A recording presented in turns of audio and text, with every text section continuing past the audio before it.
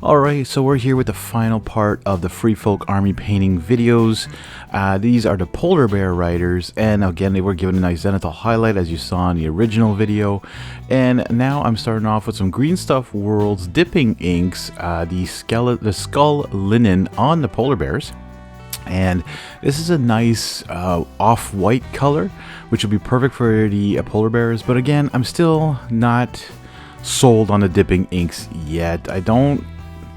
I'm having a hard time with them. I don't know. Maybe it's just me. Maybe I'm not using them well. I don't know. I just don't find that they're great. Anyways, the polar bear riders are pretty cool because what you can do is you can do a ranged attack with them and then charge in and do another attack with them. So that's awesome. If you succeed, I believe. If you at least do some sort of injury or something like that. And they are a group of 4. I think they have 3 or 4 wounds each, which is pretty good. I think it's 3 because there's 4, so there's 12, and you usually got about 12 wounds in a unit, except for like solo units. They have their own amount of wounds, but normally it's like that. And yeah, so you know. Anyways, I'm still using some Green Stuff World's dipping inks here, all sorts of different ones here. Again, seeing how they work. This red one, you know, again, some of them don't have at all. They're called dipping inks, and none of them have the same kind of coverage. Like some of them are really translucent. Some of them just get into the crevices. If you're doing a slap chop or zenithal, I find they're not the best with it. You really got to use them on a pure white or yeah, I would like a light gray possibly, but nothing more than that, because otherwise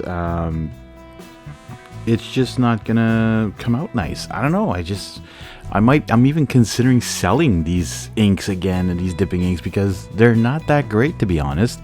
Plus, I got a double and I'm missing a paint in it, which is kind of weird.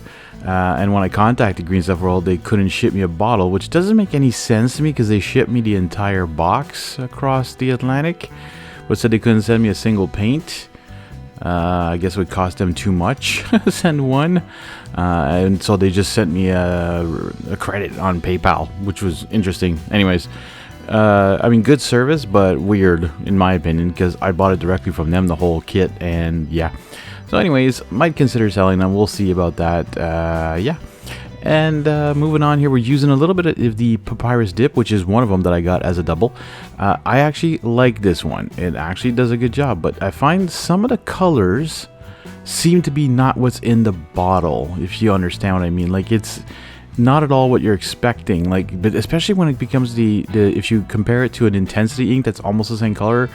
There was a video I did on this. It looked like I was using the different bottle for the paint, but no, I actually used that bottle, checked it twice, and it just came out weird, and I didn't understand.